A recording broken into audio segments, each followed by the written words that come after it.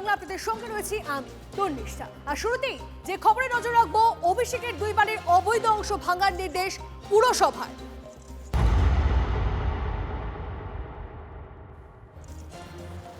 শান্তিনিকেতন ও কালীঘাটের বাড়িতে অবৈধ অংশ ভাঙতে হবে। অভিষেক নিজে না ভাঙলে পুরসভায় অবৈধ অংশ ভাঙবে। নির্মাণের নথি বৈধ কিনা যাচাইয়ের জন্য নোটিশ পুরসভার। আরো একবার আপনাদেরকে জানিয়ে রাখি, এই মুহূর্তে যে খবরে নজর, অভিষেকের 2 বাড়ির অবৈধ অংশ ভাঙার নির্দেশ পুরসভার। শান্তিনিকেতন ও কালীঘাটের বাড়িতে অবৈধ অংশ ভাঙতে হবে। অভিষেক নিজে না ভাঙলে পুরসভায় অবৈধ অংশ ভাঙবে। নির্মাণের নথি বৈধ কিনা যাচাইয়ের জন্য নোটিশ পুরসভার।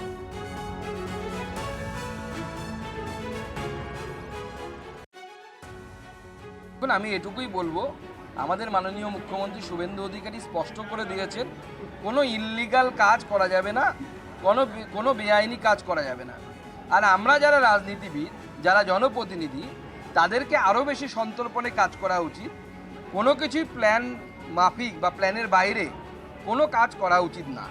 এবার স্বাভাবিকভাবে যে বাড়ির মালিক অভিষেক বন্দ্যোপাধ্যায় বা তার পরিবারের কেউ, সেই বাড়িতে যদি কোনো নির্মাণ অবৈধ হয়, তার নোটিশ তো ওনার কাছেই যাবে। আমার তো বাড়ি নেই কলকাতাতে, আমার কাছে তো আসবে না। ঠিকই তো, এটা তো বহু আগেই করা উচিত ছিল, কেন করেনি পুরসভা? মমতা এসে পুরসভার যে একটা স্বাধীন অস্তিত্ব, এটাকেই নষ্ট করে দিল। যিনি পুরো মন্ত্রী, তিনি কলকাতা পুরসভার মেয়র। তাহলে এই দুটো স্তরের যে সরকার, তার গণতান্ত্রিক পার্থক্যটা রইল কোথায়? অভিষেকের সম্পত্তিতে পুরসভার নোটিশ, কিছুই জানেন না দাবি মেয়রের। পদাধিকার বলে নোটিশ পাঠিয়েছেন পুর কমিশনার স্মিতা পান্ডে, কোনো আলোচনা করা হয়নি দাবি ফিরহাদের।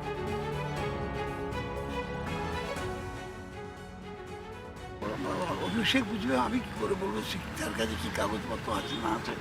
এই তো প্রশ্ন আমাকে জিজ্ঞেস করা উচিত। সবথেকে বড় কথা, এটা ববি কিছু জানতে পারে, আমি জানি না। মেয়র বলছেন যে তিনি কিছু জানেন না।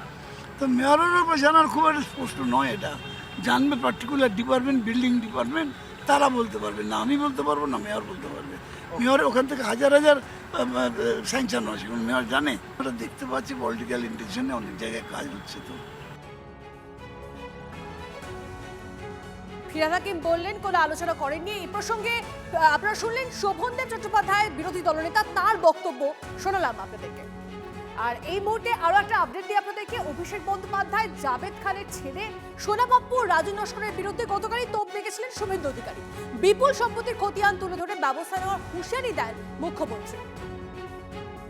मैं म्युनिसिपल अफेयर्स का सेक्रेटरी और केएमसी का कमिश्नर को बताया 4 नाम लेकर। एक बेलेघाटा का राजू नस्कर, 18 प्रॉपर्टी। दूसरा कौसबा का सोना पप्पू, 24 प्रॉपर्टी। तीसरा भातीजा Abhishek Banerjee, lips and bounce का 14, अपने नाम में 4, पिताजी का नाम में और भी 6, 24 प्रॉपर्टी। और चौथा नाम सुनना चाहता है, जावेद खान का बेटा, 90 प्रॉपर्टी। ये लोग लूटा है, ये लूटने वाला जैसे शांतनु सिन्हा विश्वास अंदर में है, सुजीत बस अंदर में है।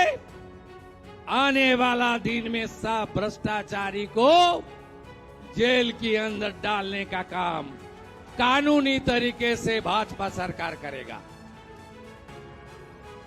প্রাসাদের টক্করে কিন্তু পিছিয়ে নেই পুলিশও। আচ্ছা বলুন তো, একজন ওসির কত আয় হতে পারে?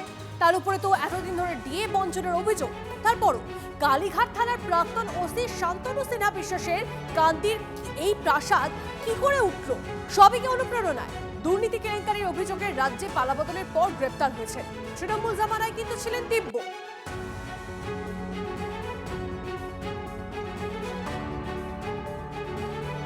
এখানে অনেক দুর্নীতি হয়েছে। উনি এত উঁচু পোস্টে ছিলেন, সেটা অপব্যবহার উনি করেছেন পোস্টের, সেটা সবাই জানে। ইডি তদন্ত করছে, সব সামনে আসবে। উনার বোন পৌরসভার ভাইস চেয়ারম্যান আছেন। পৌরসভাতেও আমাদের কাছে অনেক খবর আসছে, অনেক দুর্নীতি হয়েছে, টাকা দিয়ে চাকরি দেওয়া হয়েছে, অনেক কিছু হয়েছে। সমস্ত সব কিছু তদন্ত হবে। আমরা তদন্ত আইনভাবেই চলবে, যেটা আগে তৃণমূল কংগ্রেসের জামানায় যেটা ছিল কি শাসকের আইন চলতো, এখন সেটা হবে না। সোনা পাপু ওরফে বিশ্বজিৎ পোদ্দার গ্রেপ্তারিতে সম্পূর্ণ হলো জমি দখল সিন্ডিকেটের ত্রিভুজ।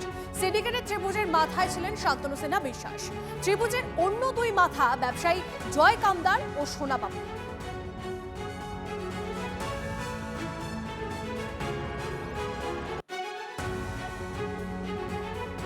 ইডি জালে জমি দখল সিন্ডিকেটের ত্রিভুজ, জয় কামদার, শান্তনু সিনহা বিশ্বাসের পর এবার সোনা পাপু। এই তিনজনের ছবি আপনারা দেখছেন। এই তিনজন যে সিন্ডিকেট চালাচ্ছিল সেই সিন্ডিকেটের ত্রিভুজ এবার জেলে।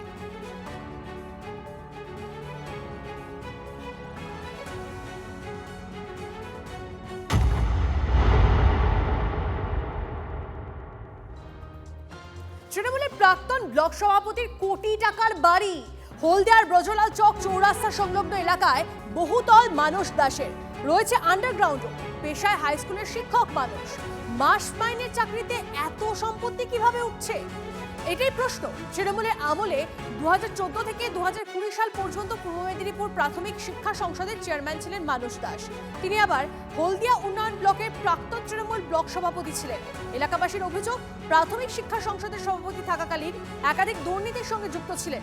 প্রাথমিক শিক্ষকদের বদলি থেকে নিয়োগ সবকিছুতেই কাটমানি নেওয়ার অভিযোগ ওঠে এই তৃণমূল নেতার বিরুদ্ধে। এই জেলাতে নিয়োগ হয়েছে, সেই নিয়োগে কে কতটা লুটে পুটে খেয়েছে, কারা বেকার যুবকদের ভবিষ্যৎটা নিয়ে ছিনিমিনি খেলেছে, তাদেরকে ধ্বংস করে দিয়েছে, সেটা গোটা পূর্ব মেদিনীপুরের মানুষ জানে।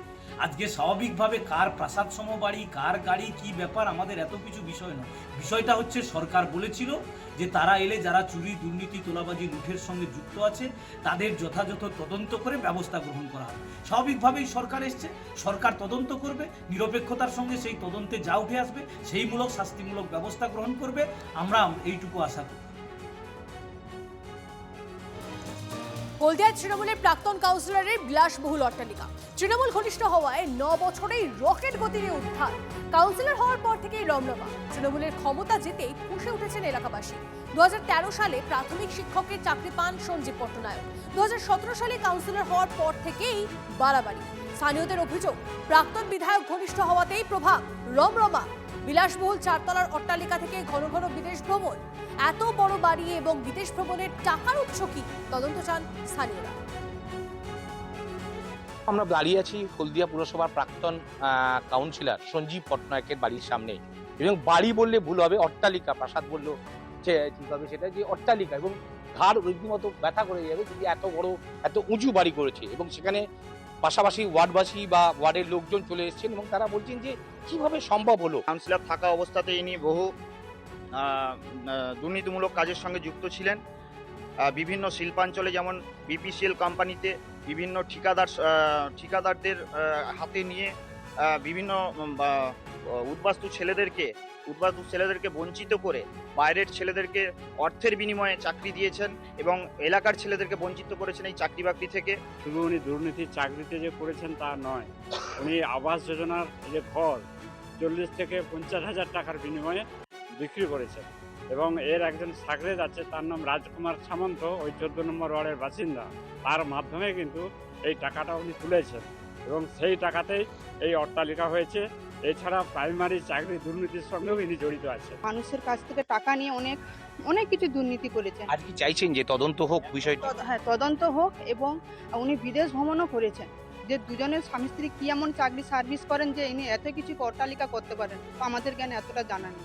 শুধু যে অট্টালিকা করেছেন বা অন্য জায়গায় জায়গা করেছেন ঠিক তা নয়, উনি বিদেশ ভ্রমণও গেছেন একাধিকবার, এটাও বলছেন এলাকাবাসী। দিকে দিকে তৃণমূল নেতার পেল্লায় বাড়ি, কারো সাতমহলা তো কারো অট্টালিকা। আমজনতার টাকায় তৃণমূলের সাম্রাজ্য। ক্যানিংয়ে প্রাক্তন তৃণমূল বিধায়ক শওকত মোল্লার বিলাসবহুল বাংলো, বাগান, মাছের ভেড়িতে ঘেরা বিলাসের প্রাসাদ। ভোটে হারের পর থেকে দেখা দাপুটে তৃণমূল নেতাকে এলাকাতেই দেখেননি স্থানীয়রা। একসময় অনুগামীরা ঘিরে থাকতো, ভিড় লেগে থাকতো বাড়িতে। এখন শুনশান গোটা চত্বর। কেউ বলছেন গা ঢাকা দিয়েছে শওকত, কারো বা দাবি বাংলোতেই রয়েছে ক্যানিংয়ের একসময় বেতাজ বাদশা। দেখুন, উনি একসময় ক্যানিং পৌর বিধানসভার বিধায়ক ছিলেন। আজকে উনি পরাজিত একজন বিধায়ক নেই, আজকে উনি পরাজিত হয়েছেন দলের তরফ থেকে লড়ে। এখানে সমগ্র পশ্চিমবাংলায় ভারতীয় জনতা পার্টির সরকার হয়েছে, আপনারা দেখেছেন। মানুষ বিপুলভাবে আমাদের ম্যান্ডেট দিয়েছে। এই ক্যানিং পৌর বিধানসভাতে আমরা পরাজিত হয়েছি। আগামী দিনে আমরা ক্যানিং পৌর বিধানসভাতে জিতব এবং মানুষের যে অভাব অভিযোগ, সার্বিক উন্নয়ন, অর্থনৈতিক, সামাজিক সব দিকে আমরা নজরে রাখবো। যেভাবে মানুষের উন্নতি সাধন হয় সেই বিষয়ে আমরা লক্ষ্য রাখবো।